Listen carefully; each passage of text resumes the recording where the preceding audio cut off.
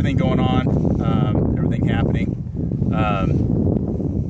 please really dig into and look past just the superficial stuff about what went on here at Bundy's Ranch.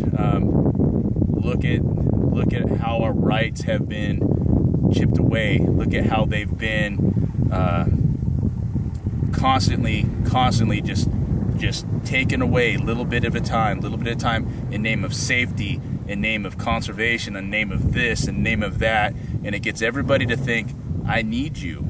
So I put a fear out there, and then it says, I need you. Hey, let's get away with these weapons. Okay, let's not use these weapons. Well, these weapons, let me tell you something. When people came up to me and said, if it wasn't for the fact of knowing that the militia was here in support of the Bundys, when they put that all-out call for all available militia members to come out, they said they were scared. I was scared. I was very scared. Everybody was very scared.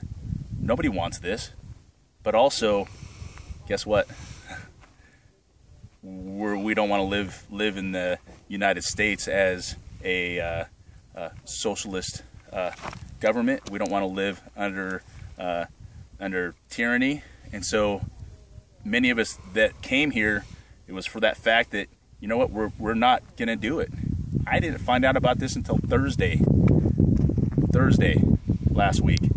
And I tell you what, that I didn't tell anybody. I kept everything a secret because I didn't want anybody to freak out or worry, and that pretty much if something happened to me, well, it's too late then anyways, so no big deal. But you got to look at this, people, that there are Americans out there that are skilled Americans, and there's also the little 110 pound, 24-year-old woman with a rifle saying, you know what, I'm not going to stand for this. You know, these 15-year-old kids that are cowboys, these girls, these babies, everybody saying, you know what, this is not okay. Whatever law, whatever this, whatever that, right is right. And part of the Second Amendment and why I shoot so much and why I post videos about me shooting, to get people to say, you know what, I can respectfully operate a weapon. I can learn how to protect myself and also protect each other. And this is a clear proof that we can protect each other. And that's why these weapons, why we have these weapons, that's why we train with them.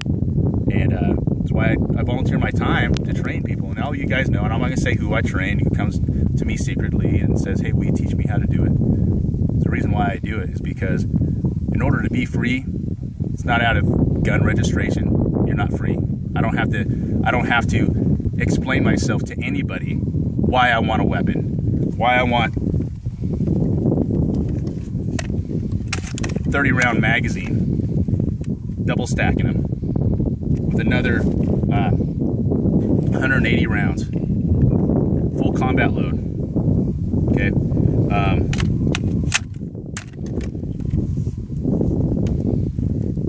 I don't have to explain myself because this is America, and I want all citizens. And if you oppose guns, don't get them, don't use them.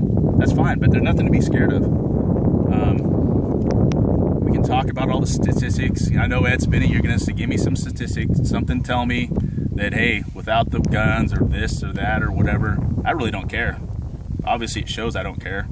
I don't care what anybody thinks of me. I don't care what anything else, because I know in my heart there's somebody greater than me, greater than anybody else, greater than the world's opinion is God. God's first. My family, love the Corps. It's my state, my neighbors, they come first. The last that comes next, the government's last on the list. Even though I serve for the government, they're last. They don't need me. I don't need them. Actually, they need us for the tax dollars. There's elements and there's purpose for the government. There's all of that, but you know what? The corruption's gotten too big, too much. And I hope just Americans come together and look and really evaluate what's important to you, and just really think about what freedom is and what it means to you, and what you're willing to do for it for other people. And it's amazing how guys from New Hampshire, Connecticut, from all over the place, locals to everywhere, guys with non-military experience civilians. Non-military experience. That's impressive. To me, that's really impressive. The people who just know what's right and what's wrong, and willing to say, hey, you know what? Somebody called for help. I'm coming. It's rare. It's really impressive seeing and talking to the other ranchers that this has happened to them, and nobody was there. Nobody knew. Nobody understood that, hey, you cry for help, you say for help, other Americans will be there. So I want people to share this video, share to people. Other Americans will be there. You're not alone. You know, if you in your heart, you're doing what is right, and you've been, I mean, this Bundy family's been pounding away at this land, 5 generations, doing what is right, working. Beat up trucks, these boys, I'm watching these 15-year-old boys riding, you know, I was doing security for them, and they're riding their horseback and fixing fences and checking stuff, and it's just like, man, that's America right there. Not sitting on a laptop, which I do sometimes, but not sitting on a laptop looking at a screen playing video games. That's not America. Getting your hands dirty, working the ground. You know, there's places for everybody, but it's just insane to just how things have been going, and the opposition we go against, and trying to fight for what is not, sorry, but it's not for anybody to take away. So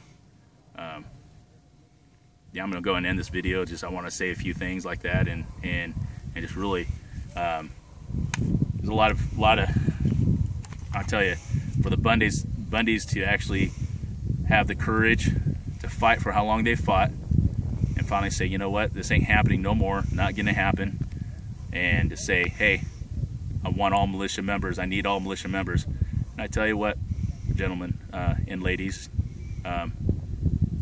just pay attention, all right? Just this is true. This is true. All right, thank you.